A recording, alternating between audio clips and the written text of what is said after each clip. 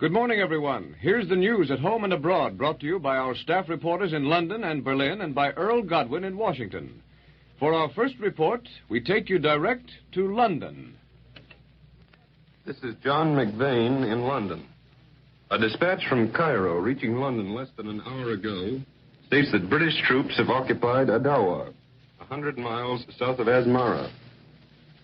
For the second night in a row, British bombers last night bombed the German-occupied port of Brest. 6 of heavy bombs were seen to straddle the 2 German warships, Scharnhorst and Gneisenau. The ships could be clearly identified in the moonlight, and it is stated that the attack was pressed home with great resolution. Some of the bombing was done from very low level. Several fires started near the vessels and in stores of oil and in warehouses. Attacks were also made on oil stores at Rotterdam and industrial targets in the Ruhr. 1 British plane is missing. German raiders last night made a west coast town their main target. 2 raiders were shot down, 1 by night fighters. And it's possible that a 3rd raider was also destroyed. Casualties and damage in last night's raids are said to be small. We are allowed to say today that the Café de Paris was the well-known London nightclub that received 2 direct hits some weeks ago, while the dance floor was crowded with merrymakers. Harry McElhone, late of Harry's New York bar in Paris, known by name to many Americans, was shaken but uninjured by the explosions that killed many of the staff and customers. He and his son helped administer first aid to the wounded. The other day, I saw one of the new improved Spitfires that the British will be using this spring to batter down German bombers and fighters if the Germans start big daylight raids. The test pilot who was flying it had held several air records before the war. He looked like a movie hero with his blonde, curly hair, but when I saw him in the Spitfire, he was flying at 400 miles an hour, 25 feet above the grass. To put the brand-new machine through its test flight paces, he was flying the machine on its side, and the low wingtip seemed to be clipping the grass. As he roared past, he turned the plane upside down. A quiver of his finger would have sent the plane hurtling deep into the earth, but he calmly put it back on its side, then right side up again. The Spitfire idled down till we thought it would stall, and the test pilot touched the throttle, and its pickup reminded you of a jackrabbit that had just had a firecracker set off under its tail. The Spitfire zipped around in turns as the test pilot flung it this way or that, until you began to think the pilot could put it through the eye of a needle if he felt like it. That was only one new Spitfire, but a little while before, I had seen many more in all stages of development, from a pile of flat sheets of metal right up to the finished articles, getting their final test flight before the ferry pilots took them off to the Spitfire squadrons. It was the first time that press and radio correspondents had been allowed to visit a fighter factory. You heard that the planes were coming out fast, but that was just what officials told you. It was pleasant to see for yourself that they really are being turned out fast. The great factory buildings are nearly a quarter of a mile long and more than 100 yards wide. Night and day, they are lit by a sort of daylight lighting that is clear without any glare. 30 to 40% of the workers at the machines are women, and the percentage is to be raised as soon as more women can be trained.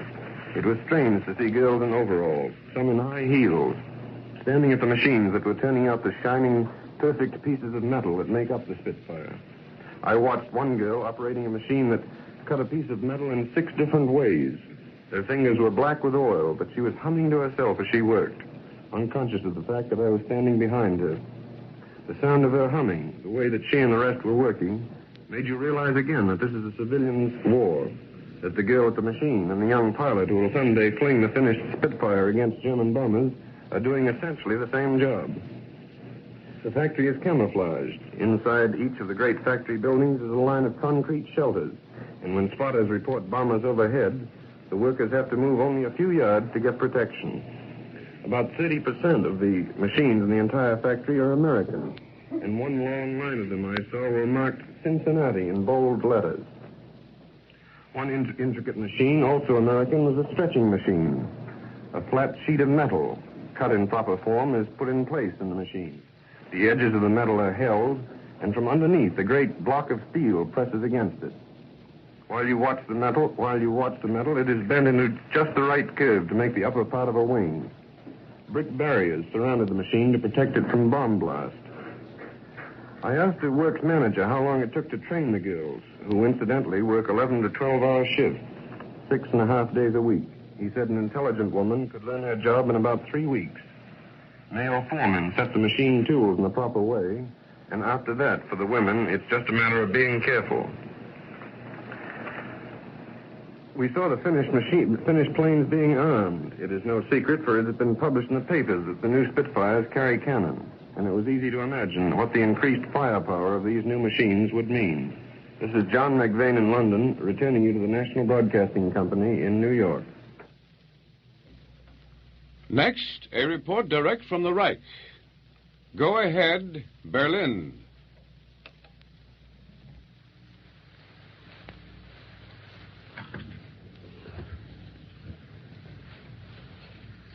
Hello, NBC. This is Charles Ronius in Berlin. The reason for the detention of 8 Americans by Berlin police last Wednesday night was made known here today at the American Embassy. The police explanation to embassy officials, I learned, is that the 8 Americans just happened to be picked up in a general roundup of all foreigners in the capital. This, the officials were told, is in line with the extensive tightening up of police regulations for all foreigners in Germany. The police say that there's no special discrimination against the Americans. They were just brought into headquarters for a routine overhaul of their papers. I was told at the embassy today that all of the Americans taken into custody have been released and are now accounted for. In the meantime, Dick Hotlett, the young American newspaper man arrested here on March 15th, is still in jail awaiting trial on a charge of espionage. I understand the case may come up before a special court in about 10 days' time. Japanese Foreign Minister Matsuoka arrived in Berlin yesterday afternoon from his talks in Rome with Senior Mussolini. Soon after his arrival here, he saw Hitler in the presence of German Foreign Minister von Ribbentrop, and it's believed he'll have further conversations with Der Fuhrer before he finally leaves for home. An official on the Wilhelmstrasse said today that Matsuoka's return visit to Berlin was strictly for business purposes. There's to be no celebrations, he said, only plenty of work. The answer of the United States to the German note of protest on the seizure of German ships in American ports was touched on. On the Wilhelmstrasse today, it was said that a partial reply had been received and that more detailed answer is expected here soon. There wasn't much new information on the Yugoslavian crisis. It was said that, generally speaking, the situation remained unchanged. When an official was asked if developments were becoming increasingly sharp, he replied that further sharpening is scarcely possible. He added that for all practical purposes, diplomatic relations with Yugoslavia are almost completely broken off, although formally, the Germans still have relations with the Yugoslavian minister who is still in Berlin. In Belgrade, the German legation is said to be surrounded by a heavy armed guard to prevent incidents. Officials refused to comment on the reports that British troops in Greece were going into Yugoslavia because of the lack of authentic information. However, it was denied that the new Yugoslavian government had sent a special envoy to Rome to see Mussolini. In the German point of view, there's no reason why a special Yugoslav representative should be sent to Rome. News from Yugoslavia takes second place in this morning's Berlin press. The story that the German mayor of a town in Pardani has been killed by Serbs gets a big play, and other tales of anti-German outrages are there. The tone of the press indicates that things are getting hotter for the Germans in Yugoslavia. But most of the top space in the newspapers is given to the announcement that German and Italian troops have retaken the port of Benghazi and that the German report of air activities during the month of March. The German log claims that during 15 night attacks last month, 23 English towns or other important objectives were effectively bombed by strong forces. On each of these nights, it's asserted, hundreds of German machines of all types were over England and Scotland. Several million kilos of high explosives and more than 1 million incendiary bombs were dropped on what is described important war objectives in all parts of the British Isles. On the other side of the ledger sheet, the Germans claim that the British failed to fly into Germany on 17 nights of the month. 2 attacks on Berlin are chalked up to the British. The Germans say they were carried out with only weak formations, while all the other raids were directed against towns in western and northwestern Germany. Today's Supreme Command reports that the total British shipping sunk in March by the Air Force, surface raiders, and U-boats amounts to 718,000 tons. The Air Force gets credit for sinking more than 40 ships, totaling 300,000 tons. The rest goes to U-boats and surface raiders operating on British sea lanes. 18 more ships are said to have been sunk in one convoy yesterday. The High Command says that the British have lost 42 planes since the 1st of April. That's the score for 4 days. 14 planes were shot down in air battles and by anti-aircraft fire, and the other 27 were destroyed on the ground. During the same 4-day period, the Germans admit the loss of 9 planes. According to the High Command, the British in Libya are fleeing toward the north from Benghazi, which German and Italian soldiers took back early yesterday morning. Last night, the harbors of Avonmouth and Great Yarmouth were attacked by what the High Command calls air units of major proportion, but details are lacking. This is Charles Lanius in Berlin. I now return you to NBC in New York. Now, Earl Godwin reporting from the NBC newsroom in Washington. Good morning, folks. Regardless of what those Germans told Dick Lanius, or Mr. Charles Lanius, Dick Hartlett, that young UP reporter, according to the view of high officials in this government, is the victim of second-rate Nazi retaliation for this government's action in running down recently a certain Nazi gumshoe agent. And a federal jury in the District of Columbia decided at midnight that the American Medical Association and the District of Columbia Medical Association have violated the Sherman antitrust laws. Actually, that these two professional organizations are trusts in restraint of trade, mind you, trade.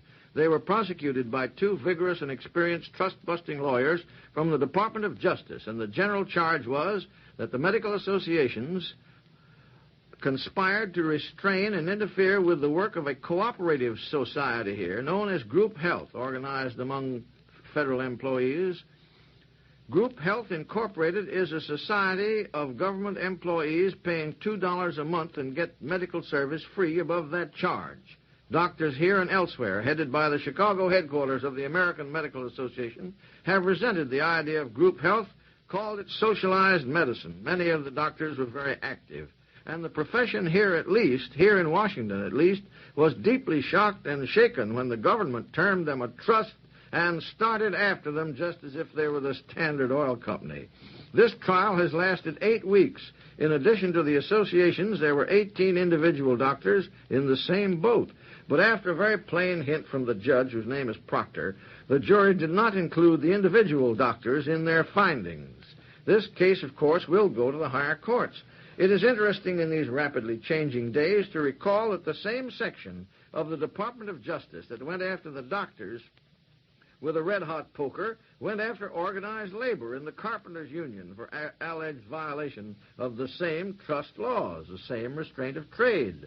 Now, will the same Supreme Court have the same opinion on professional organizations accused of the same restraint of trade, because the Supreme Court said that the labor union wasn't a trust in that case? Well, as the Ford plants close down completely and find evidences of expensive and expansive sabotage in one of the airplane plants there, the National Labor Relations Board here will conduct a hearing on the CIO petition for an election in the Ford River Rouge plant and the Lincoln plant in Detroit. That hearing is scheduled to start today. CIO wants to organize. Ford doesn't want the CIO or any other labor union. Ford's attorney is here, or due here. He will charge communism is at work, and the CIO leader, Mr. Frankenstein, says the communism charge is baseless. Yesterday at his morning press conference, the president, for the first time, said he had reports of communistic activities in the labor field. In the coal mines, the management seems to be the side which stops progress today. At least Steelman says so. The unions have accepted a temporary arrangement by which they go back to work and settle their disputes. The wage raises, if any, to be retroactive. The management says nothing doing, according to the report we have. And John Steelman, the government conciliator, makes a sharp retort which might indicate that the government is going to crack down in coal, as well as the Alice Chalmers plant in Milwaukee, unless that strike ends soon. And by soon, I would say that the president means about next week. Earl Godwin says goodbye. That's all the news from Washington at this time. And that's the news at home and abroad up to this moment. For the past quarter hour, we have brought you late news reports from London, Berlin, and Washington. This is the National Broadcasting Company.